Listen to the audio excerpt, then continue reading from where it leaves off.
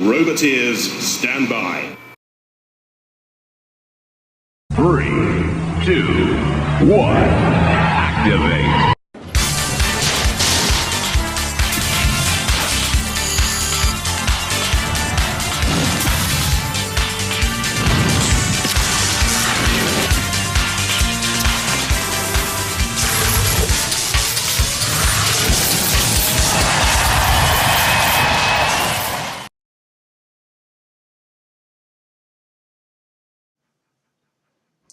So yeah, I knew I'm going to be doing this kind of thing.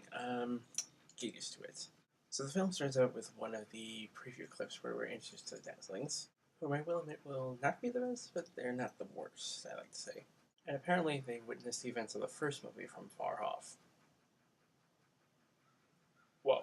So they're going to use the Equestrian magic, as they call it, to make them adore them.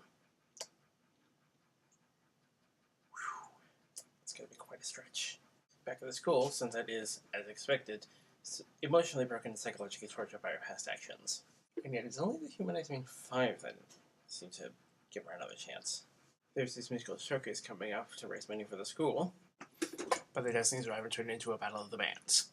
How are they going to contact Twilight, you might ask? A magic book! So to try to get this message, we learned that the Dazzlings, as they're called, are actually formerly known as the Sirens. More mythology. And there's also more continuity once we see Equestria once again. Apparently, by using the magic of another book, she is able to open the portal. Interesting. Now they won't have to return for another 30 moons. So, of course, when Spike go through and reunite with the humans, they have to use their band that has been built up via the shorts to stop the Dazzlings. Meanwhile, fan service is great with Simpson Snails, Lyra and Bonbon, Trixie, and Octavia. More coming later, I promise. Green Boom's managed to squeeze through even after one of their performances gets sabotaged. But that doesn't go unnoticed by a well-developed sense of humor. But of course, Trixie being hypnotized in her ego seems to do the trick as the Marine Booms are suddenly crashed out of the competition. How are they going to get out of this one? Deus Ex Final Scratch fan service. With a little help from Spike.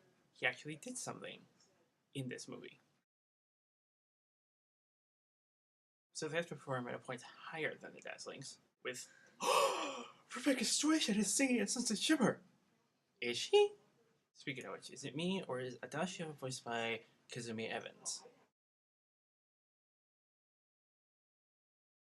The quote-unquote 7th manages to help them win. The Dazzling Sirens lose their powers, since it still isn't going to be a part of Season 5. And what's this?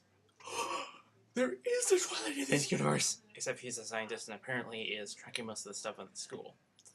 Quite weird.